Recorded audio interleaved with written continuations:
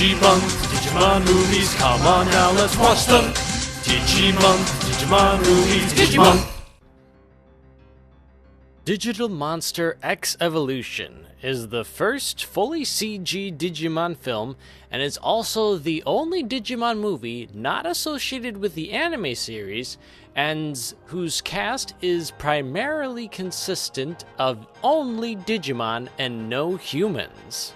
The digital world is in chaos as the god of all Digimon, Yggdrasil, executed the X program, which annihilated over 98% of the Digimon on the digital world.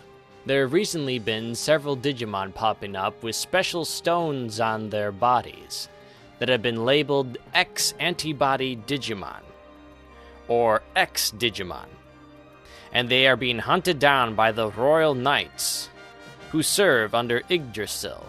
One of the X-Digimon, our lead, Dorumon, has led a pretty tough life, being ostracized by all the other Digimon because of his differences, but he gets roped into the conflict, and he gets sent on a quest to find out why Yggdrasil is trying to annihilate the digital world.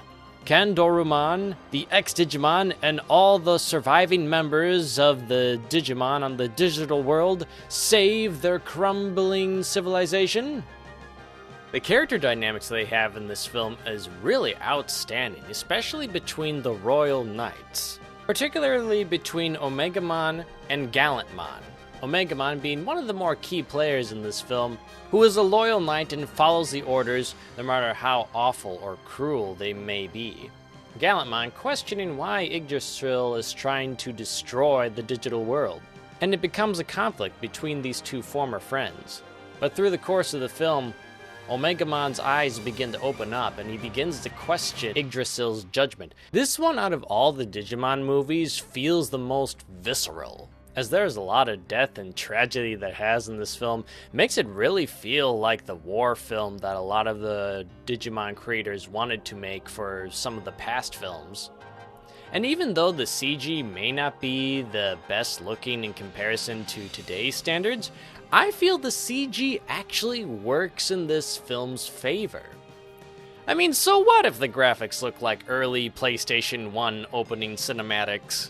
It matches with the whole feel of the digital world, and honestly, the animation doesn't distract from the overall film presentation, which I feel was the weak point for a lot of other CG films during this time period, in that the poor CGI just kind of distracted from the story that they were trying to tell. This film does not have that problem. Plus, it's just refreshing having a film just feature the Digimon themselves with no human intervention. And it's a really great sense of the struggle as the Digimon fight for survival against overwhelming odds. The only criticisms I would have to really say about the film, and this isn't really a big criticism, but I do have to say that I felt there could have been a bit more character development with Dorumon and his later evolutions, given the secret surprise that we find out near the end of the film.